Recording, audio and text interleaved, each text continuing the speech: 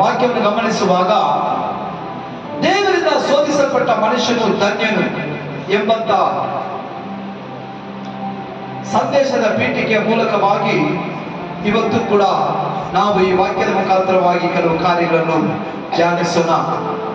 ದೇವರಿಂದ ಶೋಧಿಸಲ್ಪಡಬೇಕು, ದೇವರ ಶೋಧನೆಗೆ ನಮ್ಮನ್ನು ಒಳಪಡಿಸಬೇಕು. ದೇವರು ನಮ್ಮನ್ನು ಶೋಧಿಸುವಾಗ ಸೋತು ಹೋಗಬಾರದು, ದೇವರಿಗೆ ಸ್ತೋತ್ರ ಮಾಡುವವರಾಗಿರಬೇಕು. ದೇವರ ಶೋಧನೆ ಬಹಳ ಕಠಿಣವಾಗಿರುತ್ತೆ, ಆದರೆ ಕೈ ಬಿಡುವಂತಹ ಶೋಧನೆ ಅಲ್ಲ. ದೇವರ ಶೋಧನೆ ಬಹಳ ಗಂಭೀರವಾಗಿರುತ್ತೆ, ಆದರೆ ಮರೆತು ಹೋಗುವಂತಹ ಶೋಧನೆ ಅಲ್ಲ. ದೇವರ ಶೋಧನೆ ಬಹಳ ವೇದನೆ ಪಡಿಸುವಂತಹ ಶೋಧನೆ ಆಗಿರುತ್ತೆ, ಅದನ್ನು ಹಾಗೆ ಬಿಡುವಂತ ಶೋಧನೆ ಅಲ್ಲ. ಆಮೇಲೆ ಇಲ್ಲಿ ಯೋಬನು ಹೇಳುವಾಗ ದೇವರಿಂದ ಶೋಧಿಸಲ್ಪಟ್ಟ ಮನುಷ್ಯನು ಧನ್ಯನು. ಯಾವಾಗ ಹೇಳ್ತಾ ಇದ್ದಾನೆ ಅವನು?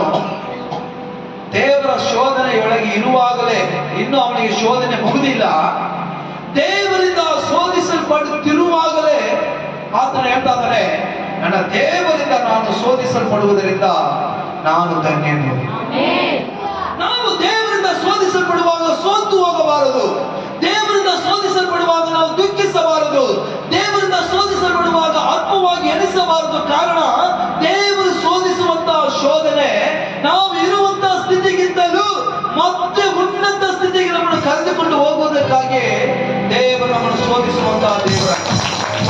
ದೇವರಿಂದ ಶೋಧಿಸಲ್ಪಡುವುದಕ್ಕೆ ನಾವು ಏನ್ ಮಾಡಬೇಕೆಂಬುದನ್ನು ಕುರಿತು ನೋಡುವಾಗ ಓದಪ್ಪ, ಜ್ಞಾನೋಕ್ತಿ 3ನೇ ಅಧ್ಯಾಯ 7ನೇ ವಾಕ್ಯ ಓದು.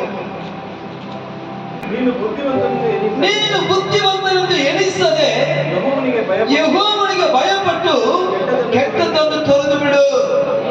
Hallelujah, hallelujah. ದೇವರ ವಾಕ್ಯ ಹೇಳ್ತದೆ, ನೀನು ಬುದ್ಧಿವಂತನೆಂದು ಎಣಿಸಬೇಡ.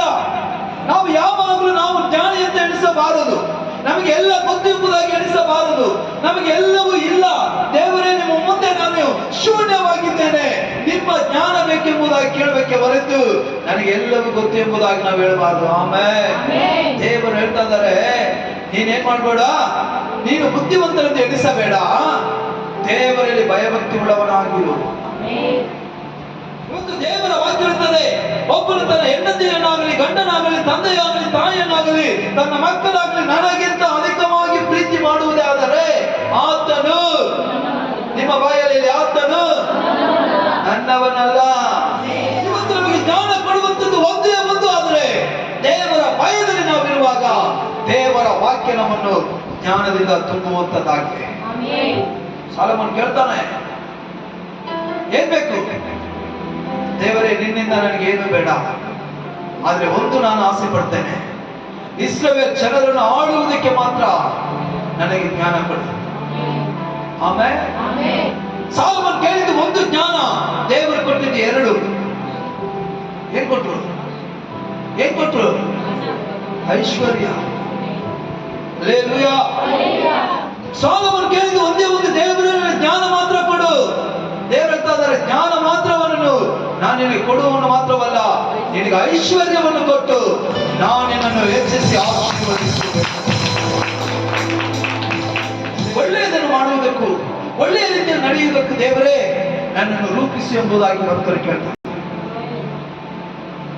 ನಾನು ಆಗಾಗ ನಿಮಗೆ ಹೇಳುವಂತ ಒಂದು ಮಾತೇನು ಗೊತ್ತಾ? ಹೇಗೆ ಬೇಕಾದ್ರೂ ನಡೆಯಬಹುದು ಎಂಬಂತ ಜೀವಿತ ಕ್ರೈಸ್ತ ಜೀವಿತ ಅಲ್ಲ, ಸತ್ಯವೇದದ ಪ್ರಕಾರವಾಗಿಯೇ ನಡೆಯಬೇಕೆಂಬುದೇ ಕ್ರೈಸ್ತ ಜೀವಿತ. ಅಲ್ಲೇ ಯೆಶಾಯನ ಪ್ರವಾದನೆ ಗ್ರಂಥ 1ನೇ ಅಧ್ಯಾಯ 25ನೇ ವಾಕ್ಯ ತಗೊಳ್ರಿ. ನಿನ್ನ ಮೇಲೆ ಕೈ ಮಾಡಿ ಹಾಕಿ ನಿನ್ನ ಕಲ್ಮಶವನ್ನು ಸಂಪೂರ್ಣವಾಗಿ ಹೋಗ ಮಾಡಿಸಿ ನಿನ್ನ ಕಂದು ಕೆಸರನ್ನೆಲ್ಲ ತೆಗೆದು ಬಿಡುವೆನು.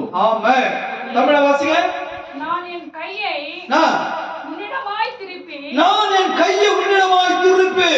உன் களிப்பு நீங்க உன்னை சுத்தமாய் புடமிட்டு களிப்பு நீங்க, உன்னுடைய சோர்வு நீங்க, உன்னுடைய வேதனை நீங்க, உன்னுடைய கண்ணீர் நீங்க. நான் என்ன செய்வேன்? சுத்தமாய் புடமிட்டு உன்னுடைய எல்லா கவலைகளை நான் நீக்குபவராய் காணப்படுகிறேன். அல்லேலூயா.